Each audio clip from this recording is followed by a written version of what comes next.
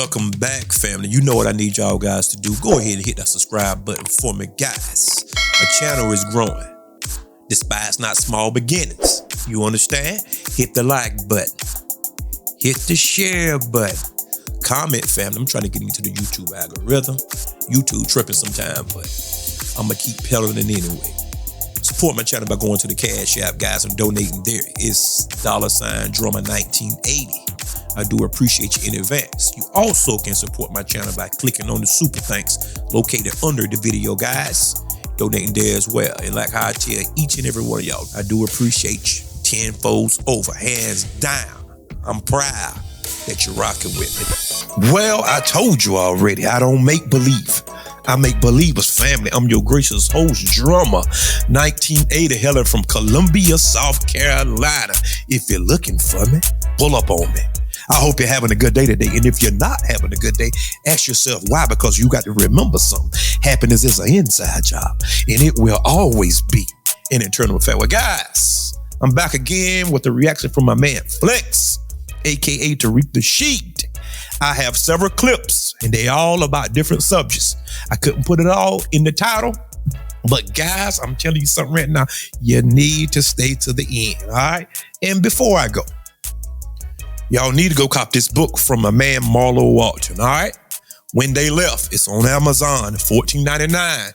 It's an interesting read, climax, cliffhangers, and everything, family. And this book is well written. Go cop this book.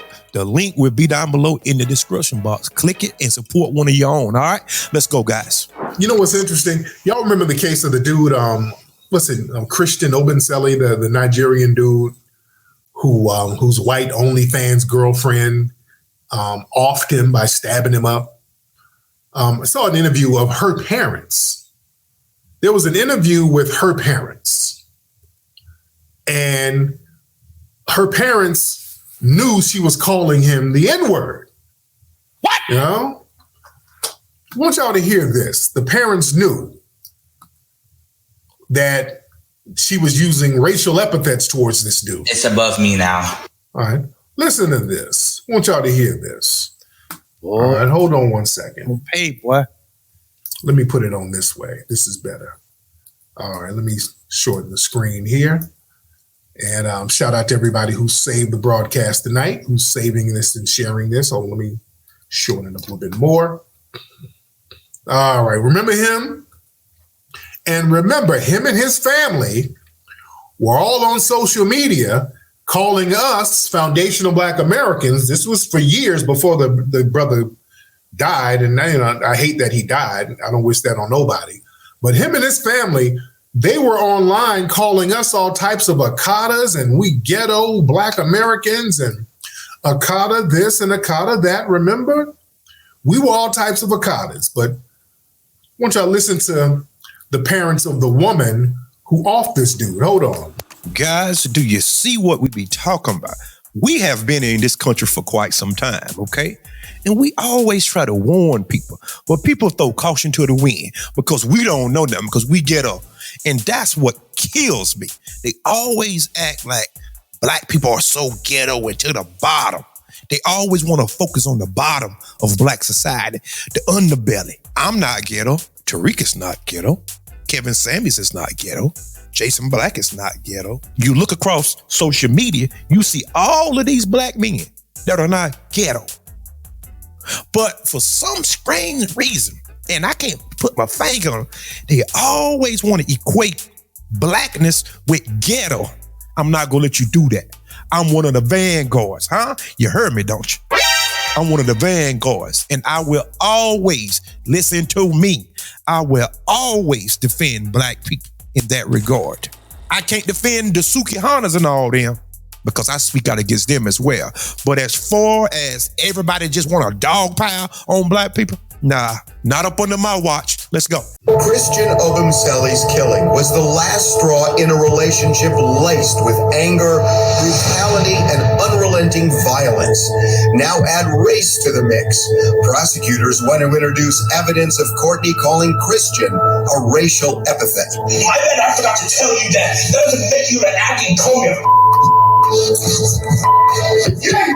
Yes, thank you. Coming from thank you. She told me why she called him that. Because she wanted him to leave, and she said no self-respecting black man would stick around after being called that name. So she thought that was a way to get him to leave. Obviously didn't work. She liked him partly because he was black. I believe if Courtney were black or if Christian were white, we would not be here. Now that's heavy.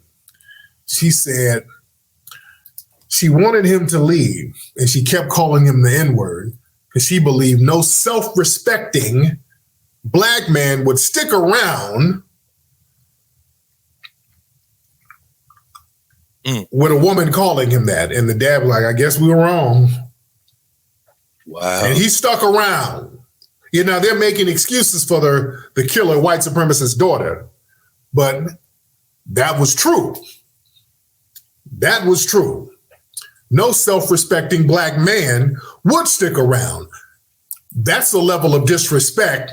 If you sit up and allow that to happen, oh, she's like, well, I can off this dude. I can straight up off this dude. And that's exactly what she did. He's up here yelling, thank you, thank you. Because see, in his mind, let me tell you something. In his mind, he's thinking, okay, you're just saying that because you think I'm like them.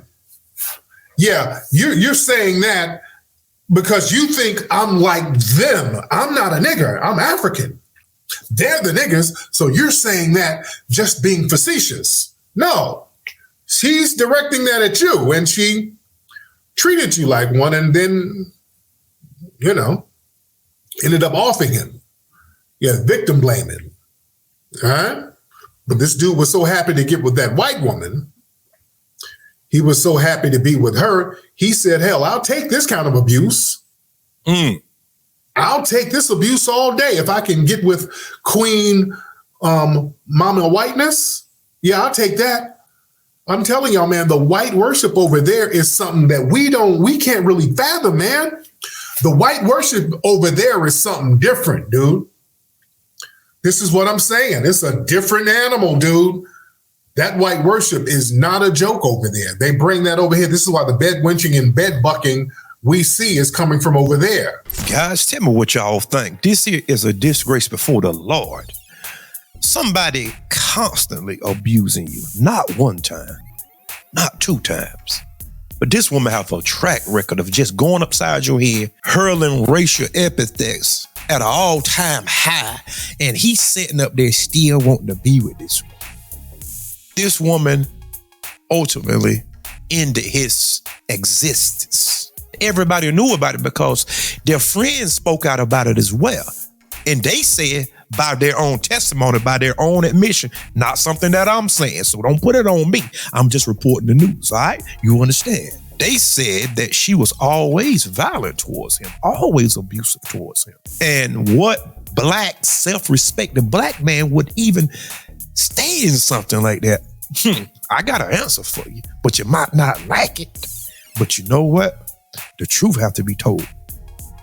The only kind of guys, black men in particular, that would stay in that is somebody that have the mindset of whiteness is platinum or gold. It is something that I just desire, something that I'm just longing for. I can't do without it. Well, okay.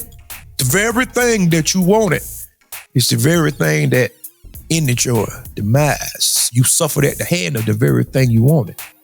And this is a case study here that I should go in depth about, but I'm not going to go in depth because it's pretty much cut and dry. It's black and white. It's no gray area between, all right? Y'all, if you want an interracial date, go ahead and do your thing, all right? Do your thing. But always remember something. Respect yourself. Me personally, I prefer black women. I said it. You heard me there. Oh my God. I say what I said. I prefer black women because I need somebody that could relate to me in this system of white supremacy. Not a person that actually you think because now that you have something like brought up under your arm, all of a sudden everything is just whopped clean. No, absolutely not. No. I don't have a escape reality mentality, if you understand, okay? All right, guys, but tell me what y'all think, all right? Moving on to the next clip, guys. I have to keep drilling this message home to the family. We got to understand propaganda. We got to understand propaganda. And we better understand how to become codified so we can learn how to consolidate power, ladies and gentlemen, and get codified, because these people get codified with each other. They're so on code right now, and they look out for each other left and right. There was a case where a race soldier lynched a black man. He lynched a black man in Ohio. And he actually got charged because I think he shot the brother in his back. The brother had like a Subway sandwich in his hand. He went to the man's house and lied and said the man brandished a gun, but it was really a Subway sandwich, and shot this brother like 5 times in the back. Just a straight up lynching. And look how the media portrays this guy. I'm going to show you what codification is. This is codification. Former Ohio sheriff deputy charged with murder testifies that the man he shot brandished a gun, which he didn't. The man had a Subway sandwich. Now look at this. Jason Meade took the stand to describe events of the fatal 2020 shooting of Casey Goodson Jr., which was not captured on the body camera because Officer Meade was not wearing one at the time. He said that he feared for his life and the lives of those around him when Meade shot the 23-year-old a total of 6 times, 5 times in the back. Meade, who is white, has pleaded not guilty to murder and reckless homicide of Goodson, who is black. The sheriff deputy, who is a pastor at a Baptist church, shot Goodson as he entered Goodson's grandmother's house, police said. So they're talking about how he's a pastor. Prosecutors say that Goodson was holding a bag of sandwiches in one hand and his keys in the other hand. I thought he was going to shoot me. I don't want to die. So you shot him 5 times in the back. Okay. On the stand, Meade also addressed previous statements about law enforcement work made at a Christian men's conference in his role as a pastor. They keep talking about how he's the pastor. Look at how the white media putting the cape on for him. They're talking about how he speaks at Christian conferences. All right? This is them getting on code with them. See, this is how the white media get on code with the race soldiers. Yeah, he shot a black man 5 times in the back, but you know he's a youth pastor too now, and he speaks at Christian conferences. It can't be that bad. He's doing the Lord's work. You see? These people are majorly on code with each other. Guys, do you see what codification is? And I'm going to just start this off by quoting our elder, Dr. Neely Fuller Jr. If you don't understand racism, everything else will confuse you. See, the catch is confusion is used as a weapon, guys. And a lot of people just don't know how deep and how vast racism run. And there is only one form of it. Did you hear what I just said? There's only one form of racism. Now, I'm going to challenge you to something. And I'm going to sit here and wait on you, okay? Name me what black racism look like towards anybody else. Go ahead. I'll wait on you. Go ahead. Do, do, do, do, do, do, do.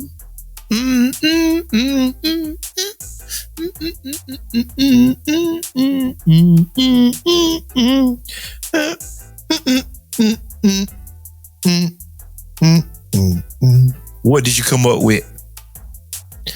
Outside of name calling, or either you hurt my feelings, or either he said something I don't like. Outside of that, let me just save us both some time and let's just cut through the chase, all right? Black racism is nothing but name calling, perhaps. That is the extent of it, nothing else. Now, Let's do the inverse and let's look at it from the other side, the other demographic, and let's look through the lens. Banking. They control everything you do. The jobs, economics, entertainment, religion, sex. And what do I mean by sex? If they say a man is a woman and a woman is a man, that's what it is. Do you understand that? That's what I mean. If they said, even though a man have a phallus, he still can consider himself to be a woman and go in the woman's bathroom. That's what I mean by sex, okay? So let's not get it twisted. I'm talking to somebody right now, okay? And this pastor that happened to be a cop shot him in the back 5 times. In the back. So how can somebody be a threat if you shoot them in the back? See, this is what chapped my buns right here, right? And they always try to hide under Christianity. See, and this where it gets convoluted and muddy at right here. Let me explain something to you. Just because somebody say something about they're Christian and all that, because me personally, I'm a Christian, but I stand on business. I stand on the truth. I don't condone treating white folks wrong, but I do condone calling out white people that has white supremacy ideology and they practice Make America Great Again. Joe Biden, same devils, same thing. America was never great. Great for who? It's the question, okay? Front and center. Let's talk about it. So my thing is this. Don't try to hide up on the Christianity. That's why, guys, let me give you this vital point because I have to go. You never listen to me. You never call people by their religion. The small hats. No. They just white people. That's it. Don't try to separate them because then they're going to put a label on you. He's anti-Semitic. Just white. That's all. I'm not identifying you by no religion. I'm identifying you by race because I see a through line. I see a pattern. I can make the correlation, the connection. Simple as that, guys, right? This man is a pastor. The most segregated place in America is on Sunday morning, as they say, in the churches. You do have churches with mixed crowds, but I'm talking about the majority. The majority. Nothing have changed. According to Dr. Claude Anderson, Black people own 0.05% of the Americans' wealth. Let me say that again. Black Americans own 0.05% of America's wealth. Think about that for a second. The needle haven't moved. See, but you tricked by the entertainers being all on TV with the nigger trinkets. That's what you're fooled by. You understand? But you don't own anything. That's the problem. You understand that? The only thing that you have moved in is just getting creature comforts, just being a consumer. Okay? Now, some people don't even want you to have the creature comforts. All right? But I'm talking about as far as owning like banks, hospitals, farming, medicine, things that will sustain you. Because I don't have a problem with living amongst other demographics. I don't have a problem, but I do have a problem whenever that you treat people unfairly. That's where my problem lies at. And if you are one of those people, I'm talking about you. Yes, I'm talking about you. But if you stand on the truth and you are on the right side of history, I have no problem with you. Okay? But don't come telling me it's raining and then you're pissing on me. You understand that? This guy need to be locked up for life. He shot somebody 5 times in the back. They wasn't a threat. He said he feared for his life. What he was looking at is his blackness. Guys, tell me what y'all think about this clip here. And until next time, peace. And remember something, guys. There is more.